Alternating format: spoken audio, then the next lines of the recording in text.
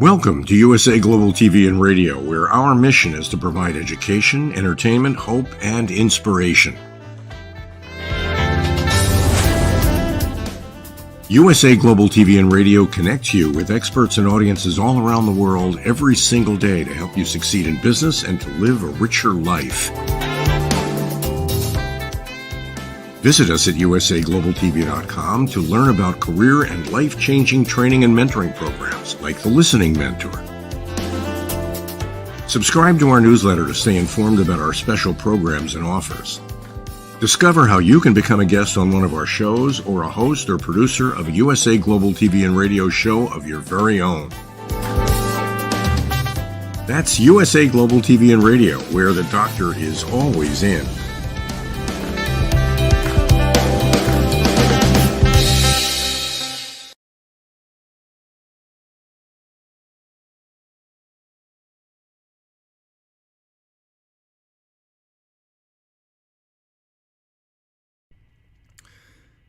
Hey, it's Robert J. Moore, Next Level. Hello, it's Robert J. Moore from Next Level Coaching. Welcome back to another week. So sometimes people start off from really rotten areas in life. And I'm one of those. I was in a jail. I was living on the streets, alcoholic, drug addict. Where do you begin? Where do you begin to get the credibility to get recognized in order to get along with people, in order to live in society, in order to get recognized? And, how did I get featured in Forbes or win a Guinness World Record?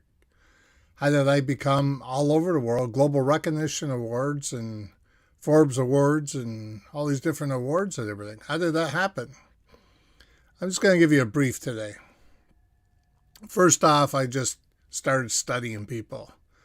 I studied like 40 of the top achievers in the world. And just to name a few off, Armin Moore, the top strategist in the world. Right now, I'm still working with him today, teaching me marketing, teaching me different aspects on how to do the marketing, how to get more recognized. Satish Verma, another one of my coaches. He's the CEO of Think and Grow Rich. Kyle Wilson, dear friend of mine. I've shared stage with all these people too, and that's the fun part of it. I'll get to that in a minute.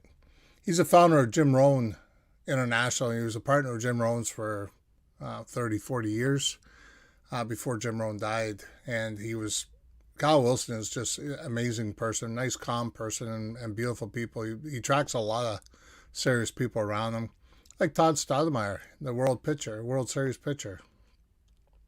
Another good friend of mine.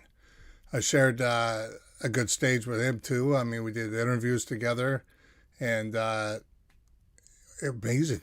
It was absolutely amazing, At first, when you meet up with certain people, it's like, you put them on a pedestal. And I'll talk about that in a second. I just want to go through this list. Mark Victor Henson, Jack Canfield from Chicken Soup for the Soul, where I've been invited to write a chapter. And that's an honor, too. They sold the company.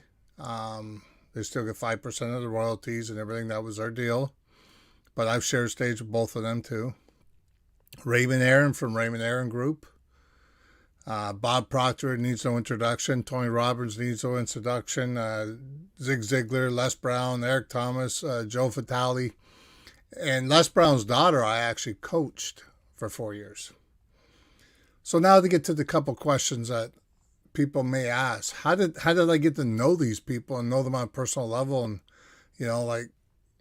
and these are only part of the people. I'm talking like 30, 40, 50 more that I've shared stage with that I know on a personal level that I can actually pick up the phone and actually call them as a friend. When I was in the hospital with COVID for 11 days, I had John Chin call me. He was a CEO, executive producer of Think and Grow Rich, the movie. And it was really nice to hear from his voice and a few other people. James Malinchuk, undercover millionaire, he phoned me up and they said, "We need you." And I said, "What do you guys mean by you guys keep saying we need you?" And they said, "Well, you're representing us for the future. The stuff that you're doing, you're representing us." Eric Thomas. Eric Thomas said the same thing. But I'm not going to go through a whole list of people that I know and I can call. I mean, you get the picture. But when you look at the situation, how did I become a guy that gets out of jail that's an alcoholic, trying to straighten his life out, trying to move things forward? Because there's so many questions out there that, like, oh man, I just wish I could have that one break. It's got nothing to do with that one break. It's about you making the move. So I wanted to be a publisher. I didn't know how to become a publisher at first. To back up the train a bit more, to be honest with you, when I was 2005, when I got clean and sober, I went to school. And I ended up getting education. And all my education I did not get to put on my wall. As you see, there's no education on the wall. And the only reason why I did the education was because I felt like I lost myself. And I want to know why the behaviors I was using were part of my life and how I was acting the way I was. I wasn't doing the right thing. I wasn't, like, when someone come at me with, hey, how you doing? I might tell them to F off. Why would I do that? Or, someone do something nice for me. I don't know how to accept the people when they were doing something nice to me before. It was like I had a resentment towards them. And as you all know, resentment's like pissing down your own leg. You're the only one that feels it. So let me look at the situation when I started doing the social service worker diploma.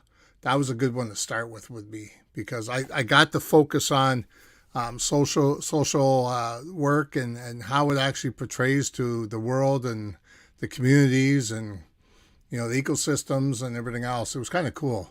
So I just anything I did in school, literally any assignment, any thesis, anything I did in school, I'll reflect back to me. So being homeless, anger management, self-reflection, all the different things I put together. I'm not going to say I did 90% in all my classes. Sometimes I only did 54%. But it was the fact of learning it was the key.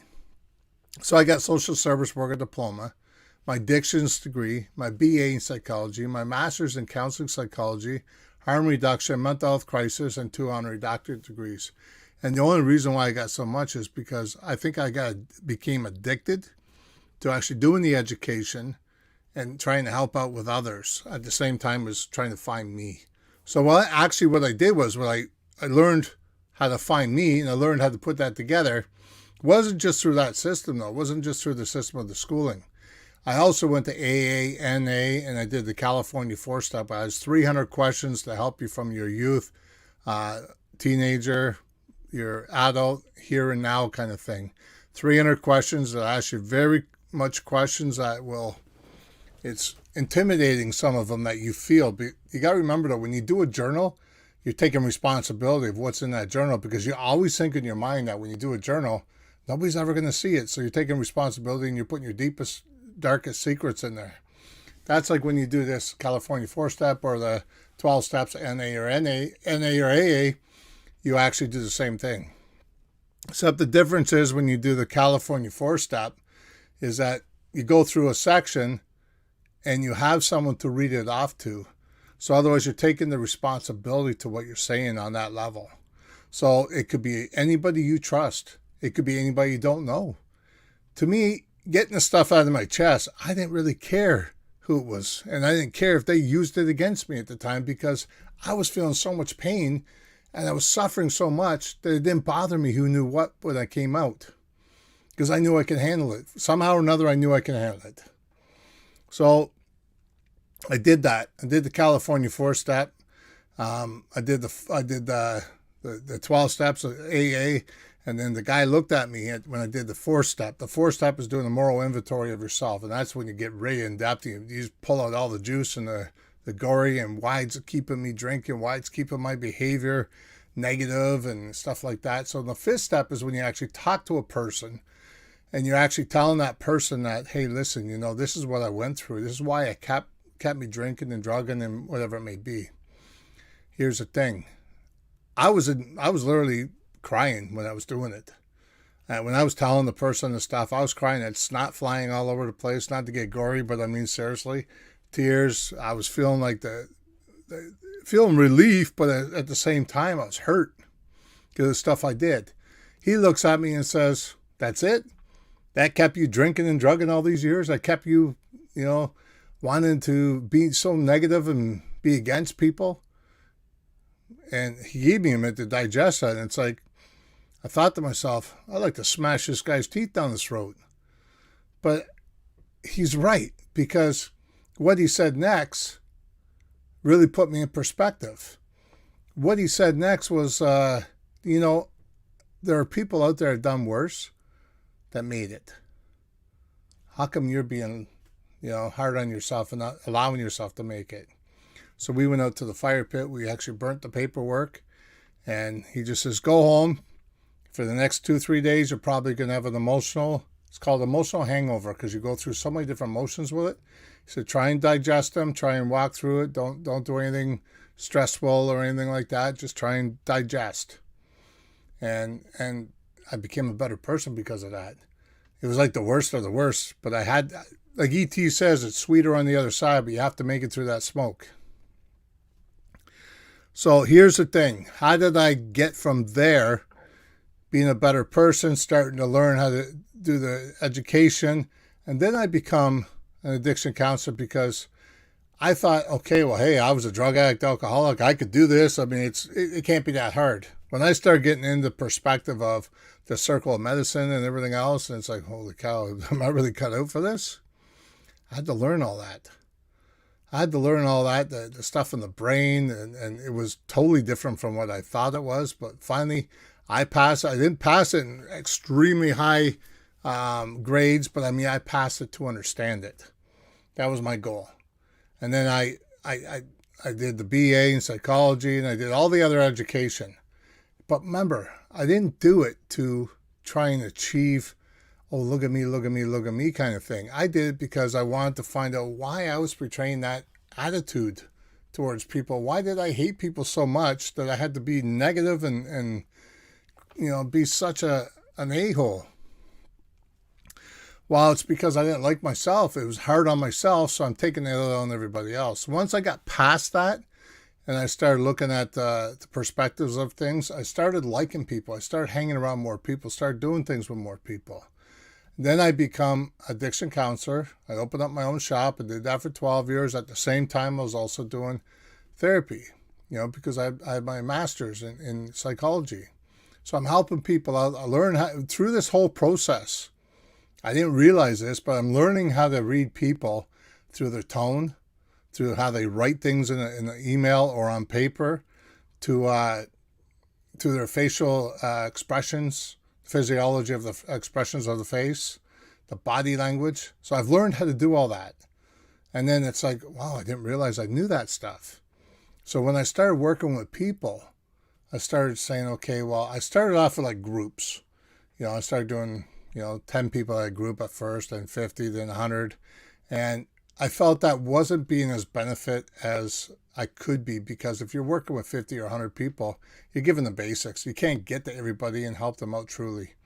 So I backed up the training. I started doing individual training and just doing speaking on the side. So what I did was, when I opened up the shop, I started working with people and working with their problems. I mean, I had a 90-year-old man come up to me and tell me he was an alcoholic and he wanted to quit drinking. He's in his 90s. You know what I mean? I said, what's the reason why you want to quit now? I got drunk and hit my wife. Okay. You're 90 years old. You quit drinking now, you might go through the DTs and you'll be dead in a week.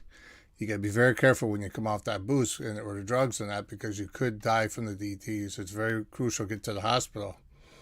But we did help him out. It was his wish, so we did help him out. Myself and the detox, got him in the detox, and that helped him out. So, well, how did I go from there, helping people out in an office, to wanting to be a bigger picture? Well, I wrote my first book. I said, I'm going to put all my story out there. I said, I thought to myself, oh, I'm going to write a book. I'm going to be famous like all these people out there. I'm going to be rich, and I'm going to be this, I'm going to be that. I'm going to be New York Times bestseller. Better back up the train first, because an average author only sells about 250 books in their lifetime if they don't do it right. Now, wrote the book, got it out there. No publisher wanted to do it. No publisher wanted to take me on. They said I was a risk, blah, blah, blah. I had nothing to back me up. So I opened up my own publishing company as years went on. I didn't know how to do that. I didn't know how to work all that. So I kind of worked with Kyle Wilson because he has a publishing company. And him and I worked side by side and do some things on the side. I actually got into one of his books with some of the famous people that he knows. And that started my journey basically of, being able to get people to connect with me. Because then I went to Arma Moore and I said, I would love to send you my book if you could maybe do a forward for me. I didn't even know what a forward was. I'll tell you how I knew how a forward was. There's a guy named Forbes, right? And he's here in Canada. He actually worked side by side with Jack Canfield for the longest time. And he says, Robert, I know you've done your first book. He says, you got it out there. He says, that's amazing. He goes, listen, I want to learn how to do a book. He says, can I meet up with you? So I helped him with Baseballs Don't Bounce. That was his first book. And he's got me in there. And I helped him out with that book. And Jack Canfield actually did the forward for it. He probably helped him more because of his name than anything, but he ended up becoming the #1 internationally best-selling author. I said, well, that was cool. He goes, would you like to become that? And I said, yeah, that sounds like a good thing to do. So he did a forward for me for my next book. But what I also didn't know is he nominated me in the UK for Author of the Year. And I won that. Now, I don't mind going to the UK, flying out there doing this stuff, but I mean, I'm like next to broke. Second of all, I got all this history in and out of jail I have not taken care of yet. It's taken me 11 years to actually go out of my way to make this happen. To actually try and get a pardon, to actually get on a plane and be able to fly. And it's weird because when I found out that they talked to me and said they invited me to the UK, that I want an award and I should be able to be there. It's a black tie event that I have to be there to accept it, and there's no exceptions. I said right off the bat, no matter what, I'll be there. With my heart, body, and soul, I said that. And it was crazy because as soon as I got off the call with them, I thought to myself, well, how's that really going to happen? I still have a pardon. I got to get rid of this pardon. I've been trying my best, and that's like 3 weeks away. And I've been waiting 11 years to get rid of this pardon. So I prayed. I actually prayed. I prayed. And at that point in time, I'm going to be honest with you, I did not believe in God. I did not believe in God. I thought God was against me for all the things I've done. I didn't have much trust. And they told me good early direction. So I put it as that. And I said, basically whatever I had to say, I don't remember what I said. It wasn't till a week before I actually was able to go to the event. I went down and I actually paid for the flight. I said, well, I'm going to try and go no matter what, because somehow or another I was able to get my passport, but I didn't have that pardon yet. I said, they're not going to check me out anyway, so I'm going to go pay for it, and non-refundable. I made sure it was non-refundable because I wanted to make sure I can't back out. About a week before I left, in the back of my car was an envelope. Okay, well, the wrong address on it. It was the wrong address on it. I don't know where it came from. I don't know who put it there. Nobody knows.